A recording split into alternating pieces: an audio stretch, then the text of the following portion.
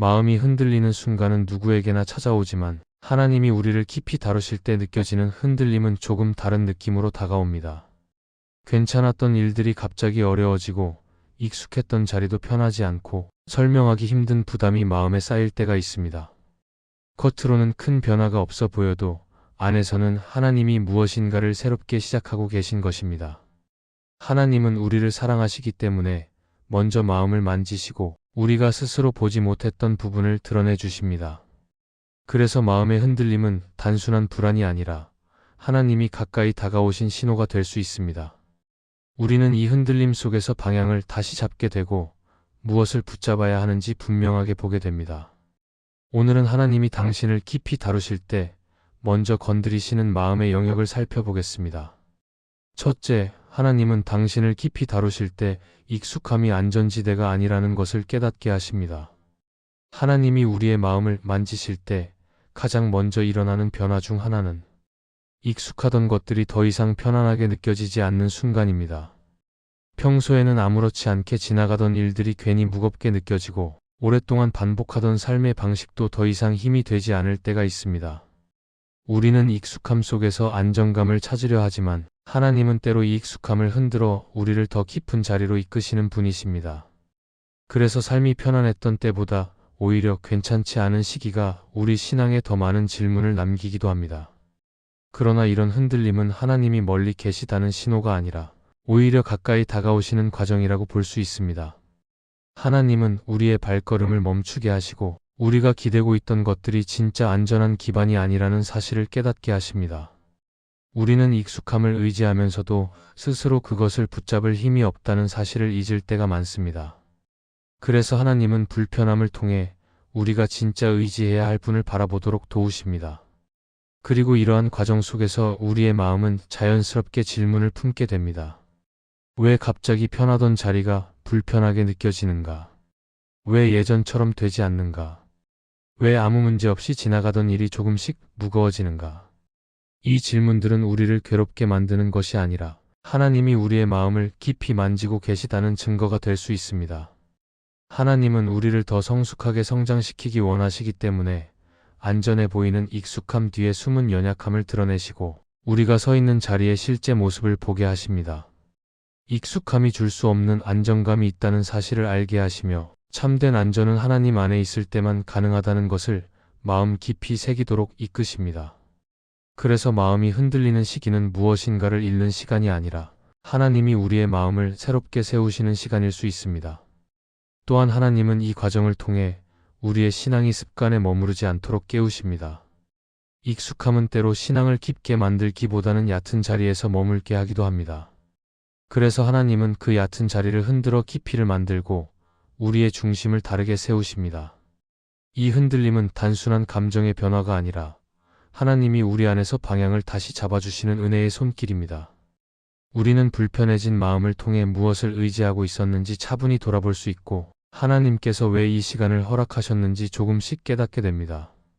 그리고 하나님은 익숙함이 더 이상 우리를 지켜줄 수 없다는 사실을 보여주시면서 우리를 그분께 더 가까이 나아가도록 초대하십니다. 스스로는 편안해 보였던 자리라도 하나님이 보실 때는 더 이상 머물러서는 안 될 자리일 때가 있습니다.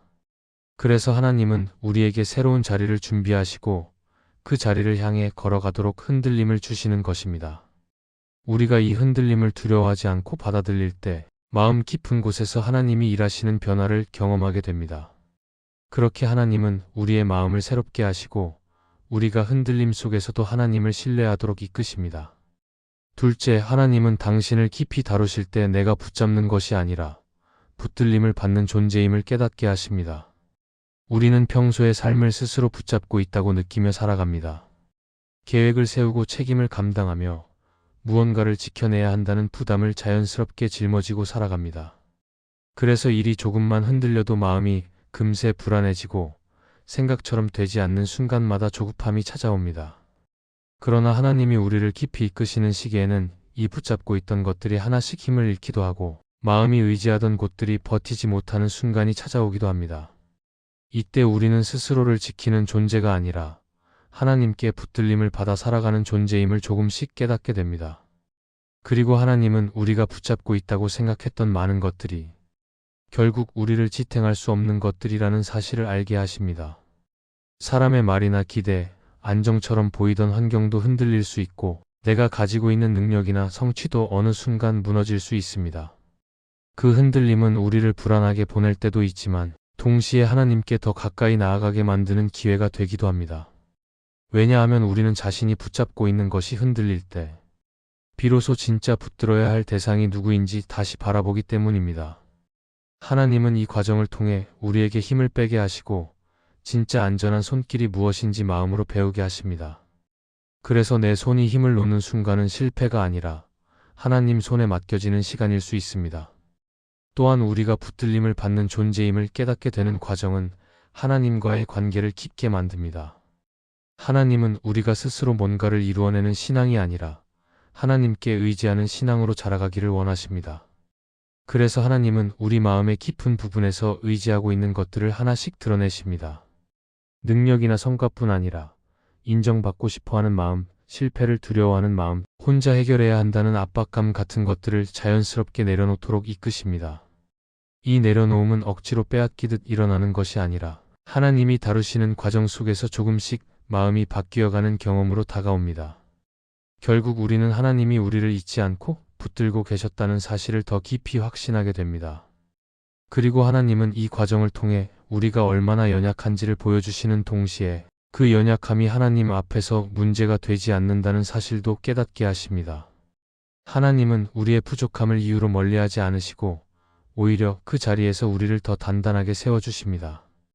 그래서 붙들림을 받는다는 것은 무능을 의미하는 것이 아니라 하나님 손 안에서 더 안전해지는 것을 의미합니다.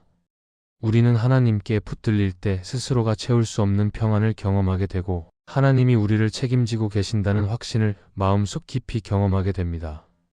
삶의 여러 순간들 속에서 내가 붙잡아야 한다고 생각했던 것들을 내려놓고 하나님의 손에 맡겨질 때 비로소 마음의 무게가 가벼워지고 기대지 않아도 되었던 많은 것들에서 해방을 경험하게 됩니다. 그래서 하나님은 우리가 더 단단한 신앙으로 자라도록 이 과정을 허락하십니다. 내가 주도해야 한다고 생각했던 많은 것들이 하나님 손 안에서 다시 자리 잡게 되고 하나님께 맡겨진 인생이 얼마나 견고한지 자연스럽게 깨닫게 됩니다. 이렇게 하나님은 우리가 흔들리지 않는 기초 위에 서도록 도우시며 하나님께 붙들림을 받는 삶이 가장 자유롭고 안전한 삶임을 마음 깊이 새기게 하십니다. 셋째, 하나님은 당신을 깊이 다루실 때 눈에 보이는 결핍보다 보이지 않는 갈망을 먼저 보게 하십니다. 우리는 삶에서 결핍이 느껴질 때 자연스럽게 그것을 채우기 위한 방법을 찾기 시작합니다. 시간이 부족하면 시간을 더 만들려고 하고 관계가 어렵다면 관계를 정리하거나 새로운 관계를 찾으려고 합니다. 마음이 공허하면 무엇으로든 채우려고 하고 재정이 부족하면 더 열심히 벌어야 한다고 생각합니다. 겉으로 드러나는 결핍은 우리에게 분명한 문제처럼 느껴지고 당장 해결해야만 할 것처럼 다가옵니다. 그러나 하나님이 우리를 깊이 다루실 때는 이런 결핍보다 더 깊은 곳에 있는 갈망에 먼저 손을 대십니다. 표면적인 부족함을 해결하는 것이 아니라 그 결핍이 왜 우리 마음을 흔드는지, 어떤 갈망이 우리를 계속 몰아가는지를 보게 하십니다. 그래서 하나님은 결핍이 해결되지 않는 시간도 허락하실 때가 있습니다. 우리가 아무리 애써도 채워지지 않는 마음의 공간을 경험하게 하시면서 결핍이 아니라 갈망을 보도록 이끄시는 것입니다. 이 갈망은 더 큰 사랑을 향한 갈망일 수 있고 잃어버린 안정감을 향한 갈망일 수 있으며 하나님께 더 가까이 가고 싶은 마음에서 시작된 갈망일 수도 있습니다. 하나님은 우리가 이 깊은 갈망을 볼 때 비로소 진짜 문제의 뿌리를 알게 되고 무엇을 향해 가야 하는지 분별하게 되기를 원하십니다. 그래서 결핍을 단순히 문제로 보는 것이 아니라 하나님이 우리 마음을 깊이 다루시는 자리로 보도록 이끄십니다. 이런 과정은 쉽게 지나가는 시간이 아니지만 결핍을 통해 마음 깊은 곳을 바라보게 하는 하나님의 은혜가 담겨 있는 시간입니다. 또한 하나님은 결핍 속에서 우리 마음의 방향을 다시 잡게 하십니다. 사람은 결핍을 느끼면 자연스럽게 세상의 해결책을 먼저 떠올리기 때문에 마음이 자꾸 급해지고 조급함이 쌓이게 됩니다. 그러나 하나님은 이 결핍을 통해 무엇을 의지하는지, 무엇을 진짜 필요로 하는지, 무엇이 우리 마음을 움직이고 있는지 다시 점검하게 하십니다. 그래서 결핍이 있을 때 하나님께로 더 가까이 가고 싶은 마음이 생기고 말씀과 기도 속에서 안식과 평안을 찾고 싶은 갈망이 더 크게 자라기도 합니다. 그리고 결국 결핍이 문제의 중심이 아니라 하나님이 우리 마음에 심어 놓으신 갈망이 무엇인지 알아가는 과정이 더 중요하다는 것을 깨닫게 됩니다. 하나님은 우리에게 결핍을 허락하시면서도 그 결핍을 넘어서는 새로운 눈을 열어주십니다. 그리고 결핍을 통해 드러나는 갈망은 하나님과의 관계를 더욱 깊게 만듭니다. 결핍은 우리 스스로의 힘으로는 채울 수 없는 영역을 드러내고 하나님께 의지하는 마음을 자연스럽게 이끌어내는 도구가 됩니다. 그래서 결핍이 깊을수록 하나님께 더 가까이 나아가고 싶은 마음이 생기기도 하며 하나님이 주시는 평안과 은혜를 더 귀하게 느끼게 됩니다. 하나님은 이런 과정을 통해 우리가 세상의 것들로는 채워질 수 없는 존재라는 사실을 깨닫게 하십니다. 마음 깊은 곳의 갈망은 하나님으로만 채워지는 자리이며 하나님은 이 자리에서 우리에게 잃어버린 기쁨과 평안을 다시 회복시켜 주십니다. 결핍을 뛰어넘어 갈망을 보게 하시는 것은 하나님이 우리를 더 깊은 자리로 이끌고 계신 신호이기도 합니다. 그래서 하나님은 결핍이 해결되지 않은 시간 속에서도 우리를 돌보고 계십니다. 결핍이 사라지는 것이 회복이 아니라 갈망의 방향이 하나님께로 향하는 것이 회복의 시작입니다.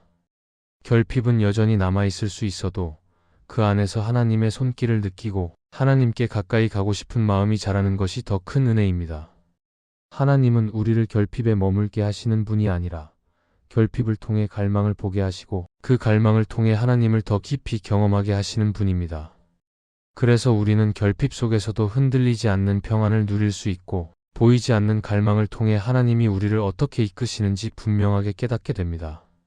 이런 마음의 여정 속에서 하나님은 우리를 더 단단하게 세우시며 결핍을 넘어서는 새로운 눈을 열어주십니다. 넷째, 하나님은 당신을 깊이 다루실 때 멈춤이 실패가 아니라 새로운 준비임을 알게 하십니다. 우리가 살아가다 보면 멈추어야 하는 순간들이 찾아옵니다. 평소에는 힘있게 달려가던 일들이 갑자기 속도를 잃고 마음의 열정도 예전만큼 쉽게 올라오지 않을 때가 있습니다. 상황이 막혀 보이기도 하고 방향을 잃은 듯한 느낌이 들기도 합니다. 그래서 많은 사람이 멈춤을 실패로 느끼고 자신이 잘못된 길을 걷고 있다고 생각하기도 합니다. 그러나 하나님이 우리를 깊이 다루실 때는 멈춤이 오히려 중요한 신호가 될 수 있습니다. 하나님은 멈추게 하시는 시간을 통해 우리의 마음을 다르게 바라보게 하시고 앞으로의 길에 필요한 준비를 새롭게 하십니다. 그래서 멈춘 것처럼 보이는 순간이 실제로는 하나님이 우리를 다시 세우시는 은혜의 자리일 때가 많습니다. 그리고 하나님은 멈춤 속에서 우리의 속도를 낮추어 주십니다. 우리는 자주 스스로의 힘으로 빨리 나아가려고 하며 멈추지 않으려고 애를 씁니다. 하지만 하나님은 마음의 속도를 줄여야만 비로소 보이는 것들을 보여주십니다. 너무 빠르게 달리면 보이지 않는 것들이 있고 멈추어야만 들리는 하나님의 음성이 있기 때문입니다. 그래서 하나님은 우리가 더 큰 상처를 입지 않도록 더 깊은 길을 놓치지 않도록 멈춤을 허락하시는 것입니다.